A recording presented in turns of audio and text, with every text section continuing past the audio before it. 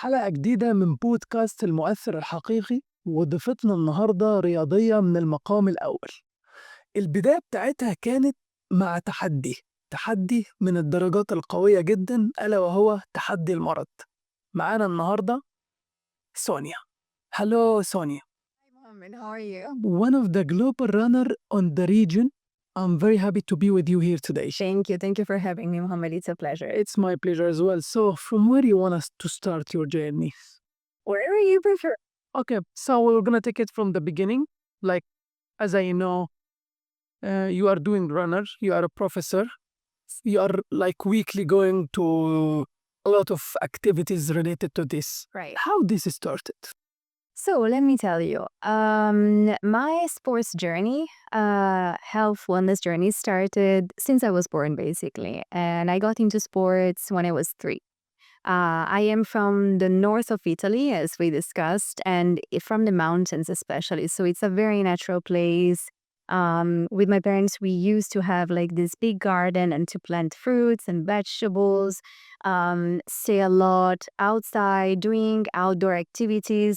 So let's say that it's not the typical city life.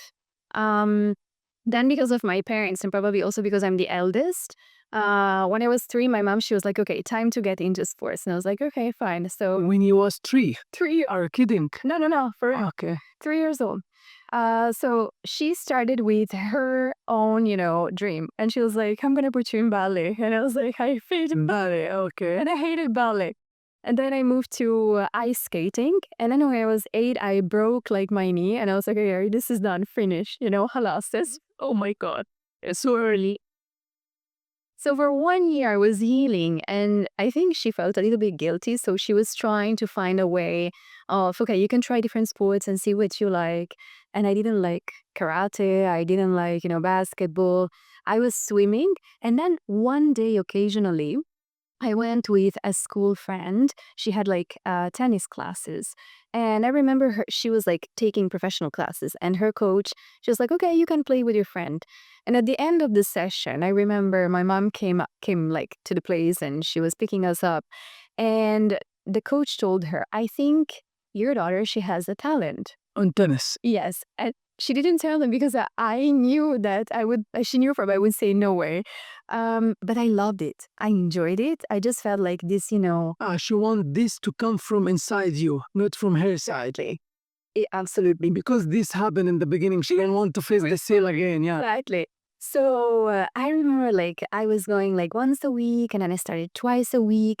And then it became really like my profession, let's say, besides, of course, my life. So I've been into professional tennis playing until college times, even when I was studying in the United States. And then after college, I was living in London and something happened in my life, so health-wise. Yes. Before going to this part, because this is some of the stuff that everyone, like, if you allow us to know, will have a lot of inspiration from it. Just I wanted to tell you something, actually, because you said karate. I have the black belt on karate. No way. Yeah. And I was like a champion in Egypt for 10 years. I started doing karate once I have 5 years old. Okay. Until being 15. On these 10 years, I was like, I have more than 15 medal maybe or something. So I love karate. Like, And you stop now. yes, I stopped. Now it's like, I don't know why, to be honest. I wish I could continue because I love this, but I don't know. It's something you feel like, now I feel it's more for kids or something. I don't know. I feel this. You talk about karate, Yeah. but also like it was in 2014, I started Muay Thai. Actually, Still doing Muay Thai. but I will tell you something. There is always a generation. It's like iPhone, for example. So karate, after that, there was Muay Thai and Jiu-Jitsu. So, But it's all for but yeah, no, it's not for kids, yeah. not working. But in the end, I stopped, but that's why. Okay, let's go back. After being a very professional player on tennis, you faced cancer. Yeah. Yes. How this happened? How you faced this? So I was at what I thought the peak of my career. So I come from 4 different industries, as you know. And the first industry I was working in was related to fashion and luxury. And I was working with a very renowned fashion brand at the head of marketing and communication. And that was when I was living in London. So at that time, I went for a normal check as every single year. And they told me, we have detected something unusual. So we need to check more into it. And it was like literally the same day in the afternoon. And I got a call in the evening. They said, okay, you need to go through a surgery. Like it's quite urgent to avoid any further issue. Let's say that the good news is that it was really taken very fast into account. Early, extremely early stage, not even early stage, like extremely early stage. And I did the operation, which was a minor operation, not a big one. But I do remember that every single doctor I spoke to was, you should stop sports now and you should heal and just focus on your body and do nothing basically for a few months and take this medicine and this tablets at this hour, at this day. I was like, wow, how many tablets should I take? How much time should I stop what I like to do, which is like sports? And sports for me was not a hobby. Even now, it's not a hobby. You know, we say when you get up and before going to bed, you wash your teeth. That's how sports is for me. If I don't do it, something is missing. It's routine, daily routine. Yeah, it becomes part of your routine. So I remember that like after 10 days, I just felt that I needed this fresh air. And living in London, you know, there's not much sunlight. So it also affects your mood and your emotions. And it was November, so like really harsh month. And I was like, okay, go, Sonia, go and run. Like few kilometers. Like it's not about a PB. It's not just like, even if you have to do like pace 9. You need to refresh. Go and refresh. Okay, before going to this part, because actually this will gonna be the start of running, Yes. I want to stay on this just a little bit and know how you face this inside you. Like because we know that part of getting well again, to have this kind of inspiration inside you, or to have this, how you work on that? Yeah. How this happen? So there's the worldwide answer. Because it's a cancer. It's something like people afraid from to hear the word, you know? Yeah, this is exactly what I was about to say. There's the world answer that it's, oh, I was very lucky because I was surrounded by friends and family, etc. The real answer is I felt extremely alone. Boom, boom, boom. Really? Yeah, extremely. Everyone was next to you, but you feel alone. I was alone. My parents were living in Italy, work and live in Italy.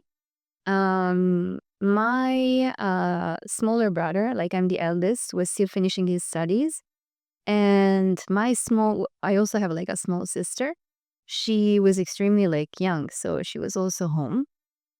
And the reality is that my mom, she was traveling for work. And she just told me I cannot make it for the operation. This is the reality. I had a partner at the time. And the answer I got is, I have a music festival with my friends. I cannot make it. Partner means boyfriend? Yeah. Okay. Yeah, like university boyfriend. I cannot make it. I am at a music festival with my friends. So I was looking someone to attend to the surgery. yeah. Normal. Yeah, like the most normal thing you could ask for. Let me tell you, Mohamed, is that in these moments of life, you know who is your real friend, and you know even better who is your enemy. True. So I said, okay, it's life. This is how it is. I was 25, so you go through already like a lot of emotions as a young woman, etc. I remember I told work, like my manager, and the answer I got is, November is like a very delicate month because like in December there are like a lot of festivals and things going on. Yeah. And it was at the head of marketing. And they both told me, can you please ask the doctors if they can delay the operation? You was how old? Were you 18 years old? I was 25. 25 years Yeah. old. Okay. I was like, excuse me. That's when I took like a very important decision. And I was like, okay, now I come first. Like I literally come first. There's God and there's myself, Mm. you know? So I remember it was a very cold November, early morning.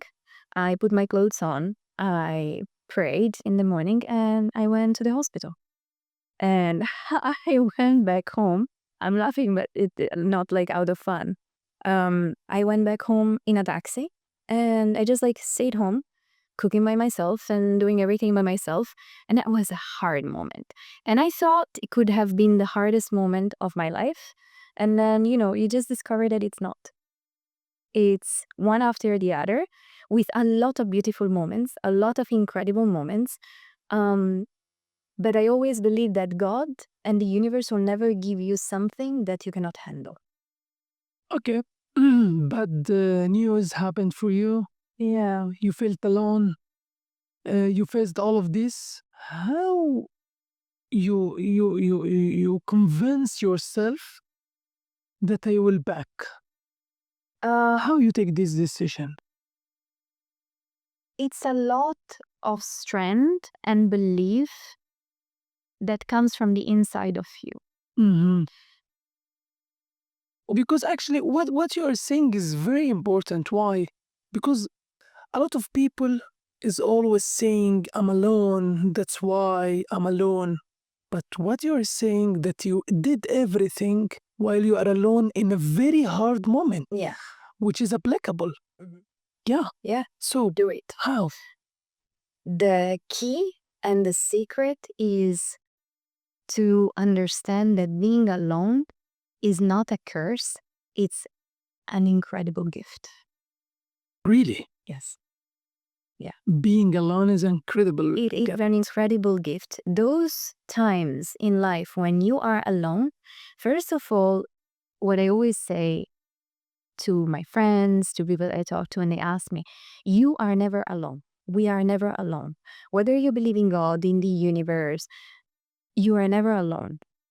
And the moment you learn how to be with yourself, to trust yourself to a point where whatever happens in the exterior or around you, you have your own self. That's the magic about being with your own self. And I do think that besides being sick or having a very harsh or difficult moment or a breakthrough in life, we all should be able to be with our own selves and know ourselves. Because once you learn what's inside and what you are capable of, you just fell in love with your own self. Yeah, that's true. Always after hard moments, there is a good moments. Yeah. And actually, you are here today, and we are proud to have you because you are a global runner. You're inspiring us.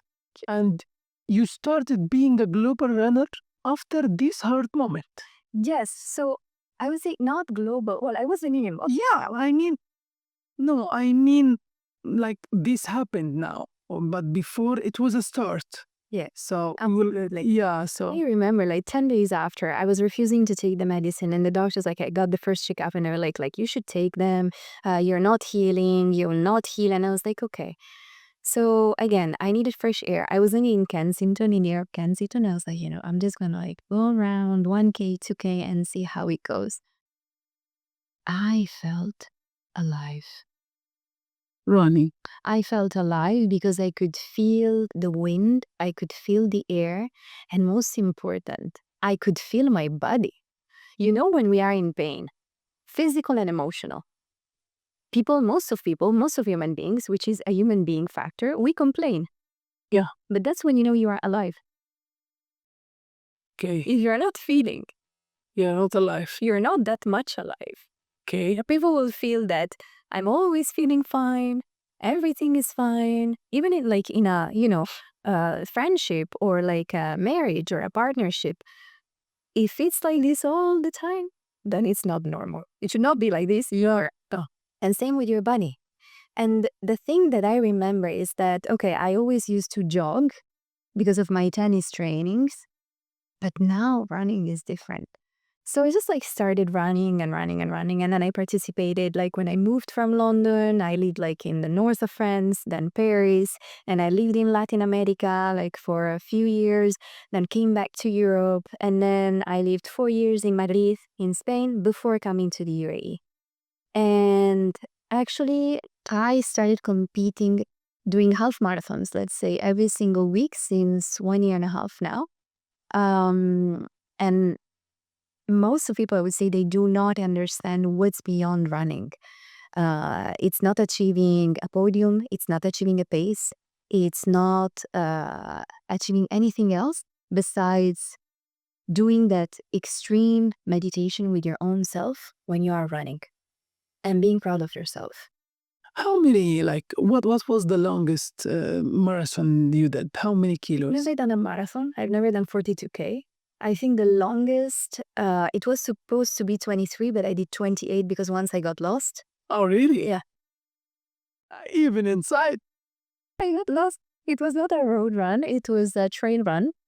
And I got lost. So, like, there's one side of me was like, oh, I lost my position. And then there's the other side of myself. I was like, you can do more than 23. So, Before the podcast, we spoke about the meditation, yes. and I believe you are good in that. I don't know if I'm good or bad. But you feel yourself. Yes, meditation, now there's a big trend. Like, you go and it's like, oh, it's full moon party, let's meditate. Or, like the planets are being aligned, pay attention to yourself. And like, what should I listen to? It's just they are taking pills. This is a pills meditation. And there were like some friend, like it was through Instagram, and some like people from the Instagram community, sometimes they ask me like, do you believe in meditation? Like what's like breath work, does it help? And I'm always saying, meditation, of course, has always been a big part of my life, and it's still being a big part of my life. Like I meditate twice a day. It's not something I share a lot on social medias in general, but more and more people are asking me, so I'm happy to share.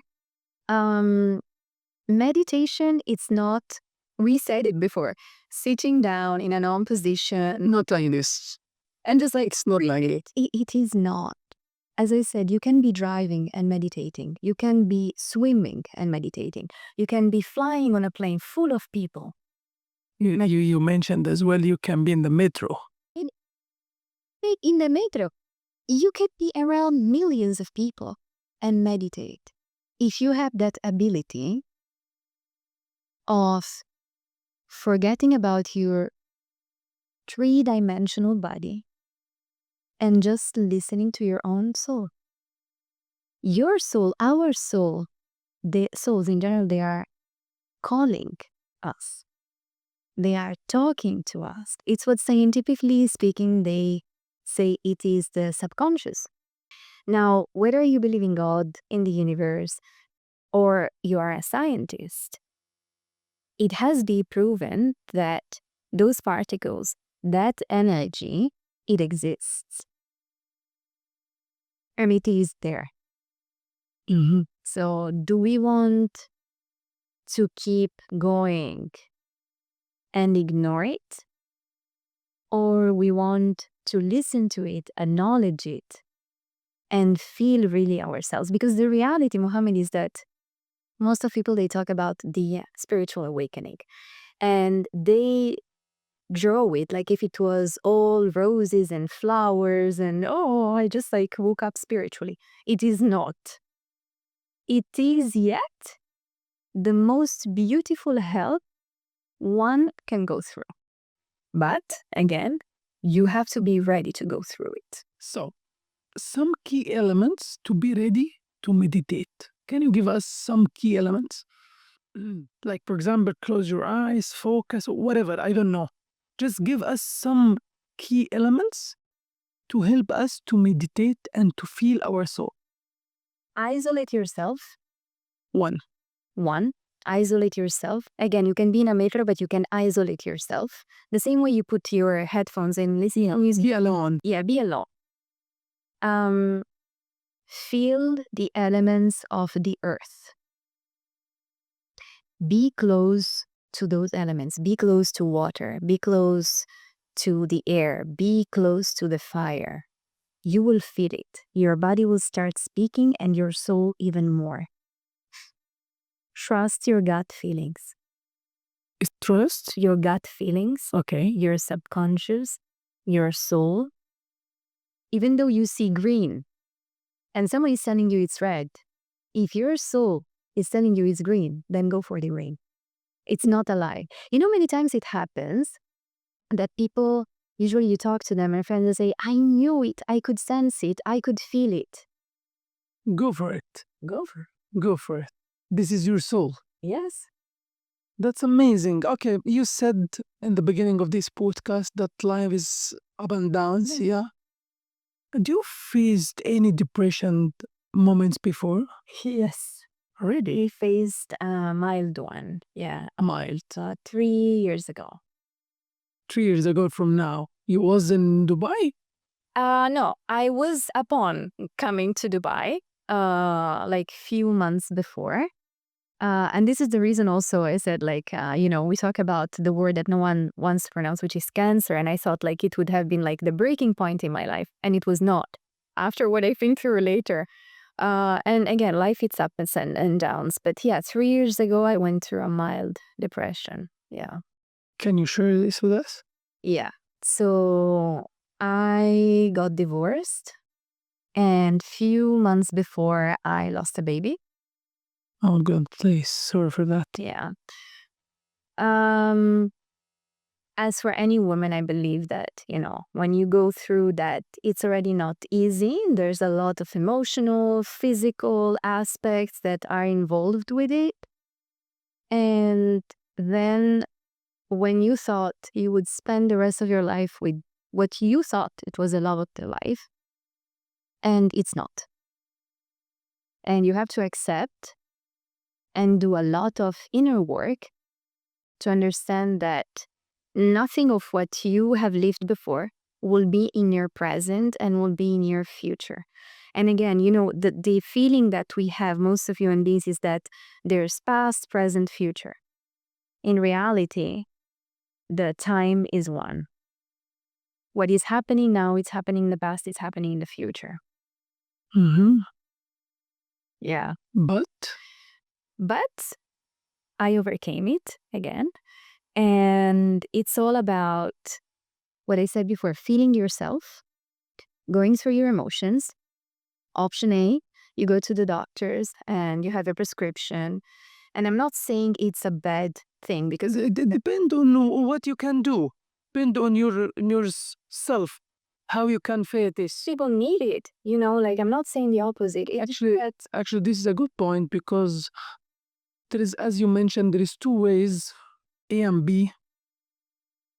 For sure, you should have a challenge, but sometimes challenges need doctors and another self as your situation, because you already was in something very challengeable as well, so you can do it. Absolutely. And, I am not against medicine at all. I'm not against doctors. It's just that the approach I take and I took, which is more a holistic one, a spiritual one, has worked for me. But every single person is different. And depending on the moment of life she or he is going through, he or she might need something different. Absolutely. Still, I encourage the holistic side because, as you mentioned before, even though it's the most difficult at the beginning, it's definitely the most rewarding. Yeah. And Okay, let's go up again. You finished your story and you recovered. And let's go more on your new career. What are you doing now? so now I am lecturing at the university here in the UAE. Amazing students, amazing colleagues. I am very lucky. I am still doing holistic nutrition. And then I am also as a runner, an international runner because I run in different places of the world, and a content creator on social media. How social media changed stuff in your career? So I started the social media journey the story is very funny because when Instagram, we're almost the same age, so when Instagram was born, it was just after Facebook. It was just posting these pictures, everything was private, there were no reels, no stories. And the fact is that I started traveling alone because, again, something I didn't mention, but traveling around the world has definitely been one of my biggest therapies, and still it is. I was traveling, and then I got a message from my mom, from my dad, from my friends, from my family member. Where are you? What are you doing? I was like, yeah, it's the same message, but coming from 20, 25 different chats. Yeah. Half family is there. So I was like, you know what? Let me open an Instagram account and put all my travel pictures. And that's how it started. So it was about traveling and inspiring, and how travel and meditation can help people, to overcome difficult or mild situations. And then I was also sharing my sports journey a little bit, trainings, etc. Now, there's always, business-wise speaking, a moment where there's a peak. And that was between living in Spain, in Madrid, and when I moved to the UAE. And as we said before, I don't believe in, this is a hazard. Yeah. So, if I take the world of fashion, for example, and industry, so many people want to get in, especially women, let's be honest, that it's hard to make yourself a place. You can stand out still because, if you are different for those value true principles. And I'm not saying it's not true because it's still the case. But the world of sports in the UAE, and especially in the GCC countries, for women, it's something quite new. So I do believe that because of the amazing community also that we have in the GCC countries, in the UAE, the social media grew even more. My ability to share also grew even more. And I am happy and proud and also emotional when I feel women and even men coming to me saying, I felt inspired.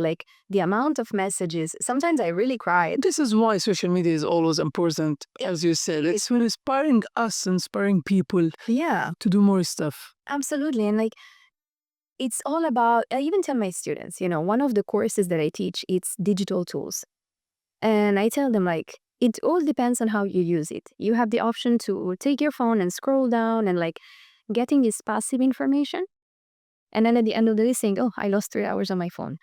Or getting an active information, which means I take my phone, I know what I'm going to do with my social medias. Yeah. I have a goal, I have a purpose. And social medias is the new LinkedIn. If it makes sense what I'm saying. It makes sense for the un-LinkedIn people. Absolutely. Because LinkedIn is more professional, more for people who on careers. But most of the people now, they have more freedom. They have freelancing. Absolutely. So actually, we were going to go right now for some questions have been prepared from my team. So we will going to read them direct.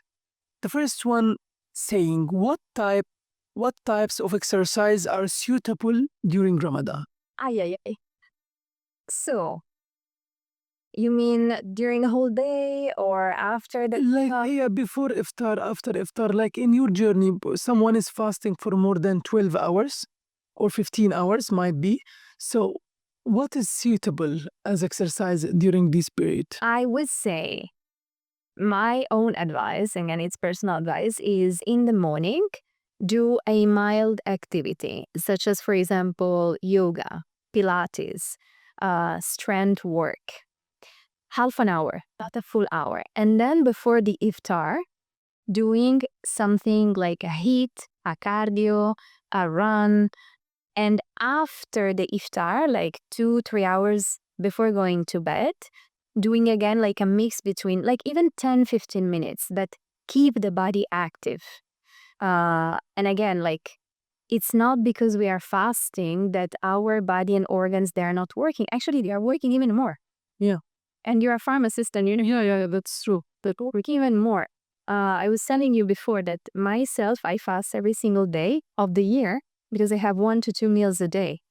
And actually the strongest, or let's say the most important training that I have is in the evening, like at the end of the afternoon. That doesn't mean that I get hungry or thirsty. Like when your body gets used to it, it just gets used to it. What advice do you have for someone starting their fitness journey?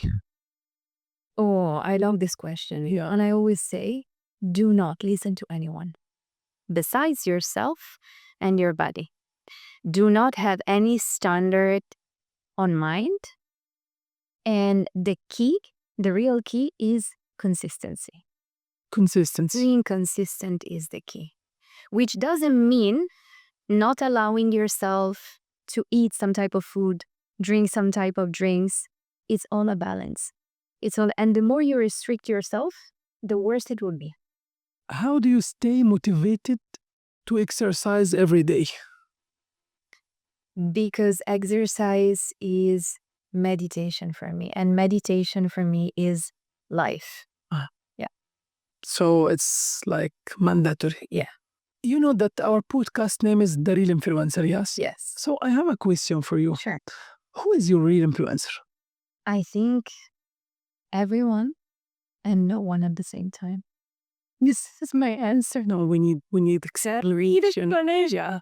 So everyone, because I do believe that you can be inspired by many, many people. Doesn't matter the industry, the social class, the country, the language, etc. And no one at the same time, because first of all, be truthful to yourself. Keep doing what you do with honesty, and share really what you love to do in the most natural way.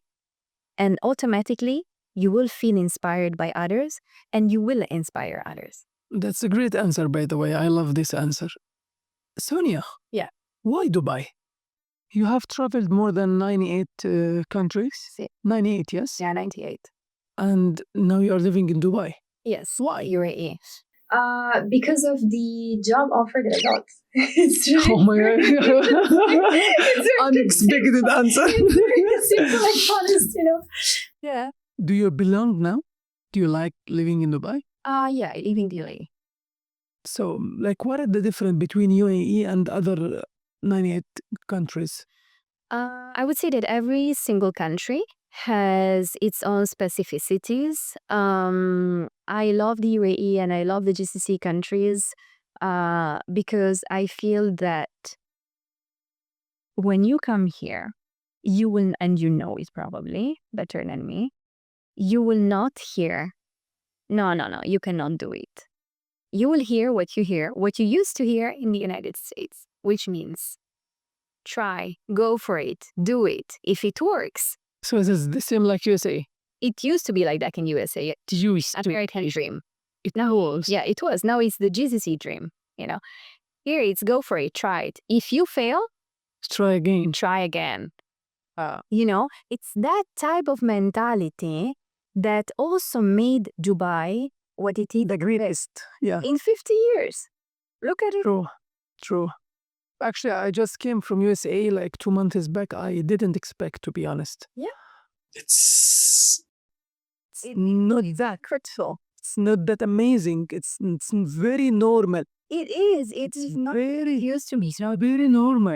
And this is the reason why after my college, I left. Like, I was like, yeah, I will live in the United States and keep playing tennis. And I was like, no, thank you. You know, Sonia, that I'm Egyptian, and you was in Egypt 2 weeks back. How you saw Egypt? Oh my God, I loved it. It was not my first time, by the way. Okay. I love Egypt. I love Egyptian people. I love the culture. I love the food. And I loved running Next to the pyramids. next to the pyramids with, let me tell you, one of the most incredible teams I've ever met, like the Tri-Factory team with Saif and Noor and Ayman, who was, of course, Polish. Yeah, he was organizing everything in Egypt. They have still several races going on during the year. And honestly, I was telling them, I do not know how the race around the pyramid is not part of the world majors. Oh, really? Yeah, because it should be. Like, it goes beyond. I told them, and I even shared it in the post on the Instagram community, and I was honest and truthful when I said it goes beyond running.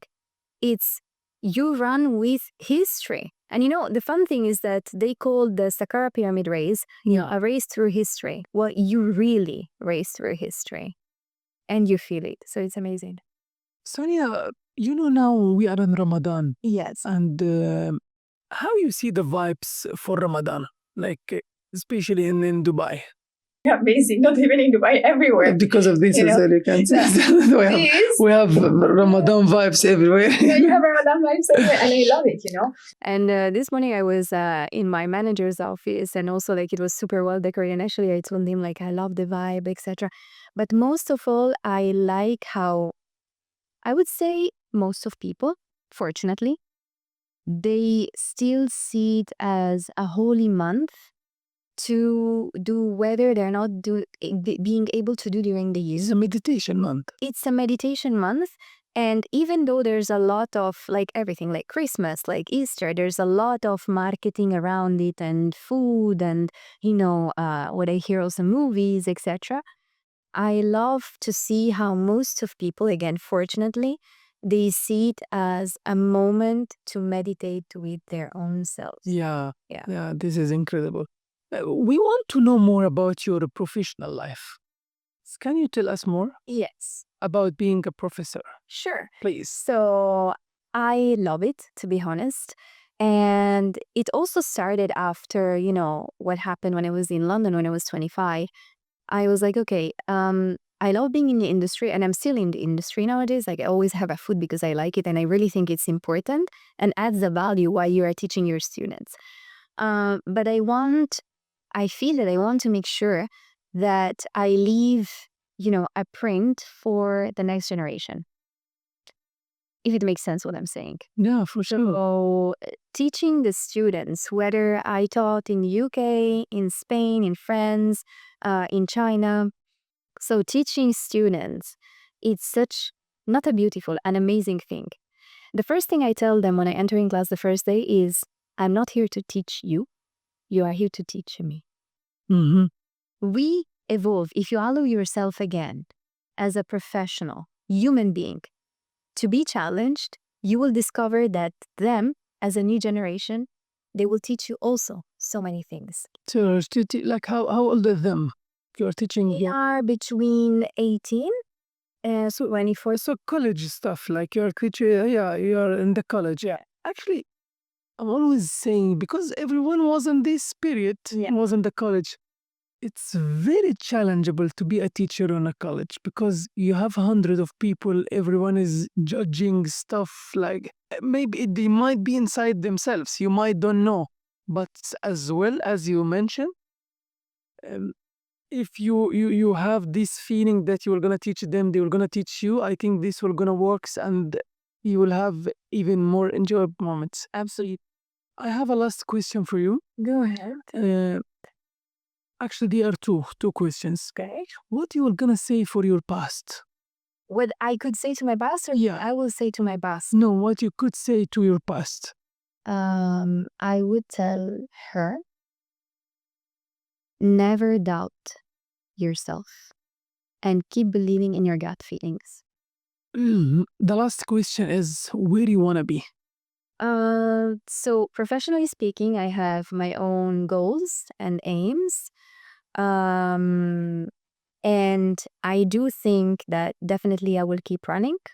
But I'm also open personally, professionally, to what the world and this earth and the universe is, waiting to offer me, and embrace it with a lot of love. And when I'm saying this, offer me with a lot of love, is good and bad, because you grow a lot from through the bad as well. Sonia, it's your time to look to the camera, please, your camera, and to speak with your fans. You have 1 minute to speak with your fans. Yes, say whatever you want to your fans. So I would say, always believe in yourself. Again, never listen or trust someone who will tell you that you cannot make it, you cannot do it. Keep believing in your gut feelings and go for it. Go for it, whether it's a professional career, whether it's a sport, whether it's changing the job, changing the country, it's always about yourself. And you're never alone. If you are with your own self and you love yourself enough, you will always be with someone. Sonia, thank you so much for being with us today. We really enjoyed. You really have a great story to inspire everyone. You even inspired myself because, sometimes you really need power, energy, and you give me this power and energy for today. I think I'm going to go to sleep now. It's enough. But really, thank you so much. That's my Mohamed. Thank you. Thank you, Sonia. Thank you, guys. Amazing episode of Sonia. Bye-bye.